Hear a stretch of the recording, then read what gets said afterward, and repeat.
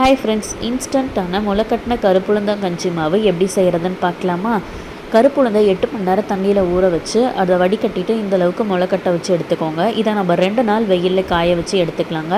இது கூடவே பாதாம், முந்திரி, அரிசி, வாசனைக்காக ஏலக்காய் சேர்த்து வறுத்து எடுத்துக்கலாங்க.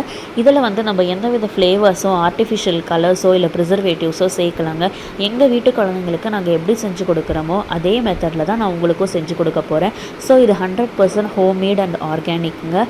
இந்த இன்ஸ்டண்ட்டான கருப்புளுந்தங்கஞ்சி மாவுலேருந்து 2 ஸ்பூன் எடுத்து நீங்கள் தண்ணி இல்லைனா தேங்காய் பால் சேர்த்து நாட்டு சர்க்கரை சேர்த்து குடிச்சிங்கன்னா 1 மந்த்லேயே உங்களுக்கு கால்சியம் சத்து கம்மியாக இருந்தாலோ இல்லை கை கால் இடுப்பு வலி இருந்தாலோ கண்டிப்பாக இது க்யூர் ஆகிடுங்க. இதில் எந்த ஒரு ப்ரிசர்வேட்டிவ்ஸும் நம்ம சேர்க்கறது கிடையாது. 100% இது நேச்சுரலுங்க. உங்களுக்கும் இந்த சத்தான இன்ஸ்டண்ட்டான கருப்புளுந்தங்கஞ்சி மாவு வேணும்னா ஸ்க்ரீனில் தெரிகிற வாட்ஸ்அப் நம்பருக்கு மெசேஜ் பண்ணுங்கள். இல்லைனா இன்ஸ்டாகிராம்லேயும் மெசேஜ் பண்ணலாம். கண்டிப்பாக நம்ம பேஜை ஃபாலோ பண்ணிக்கோங்க. தேங்க்யூ.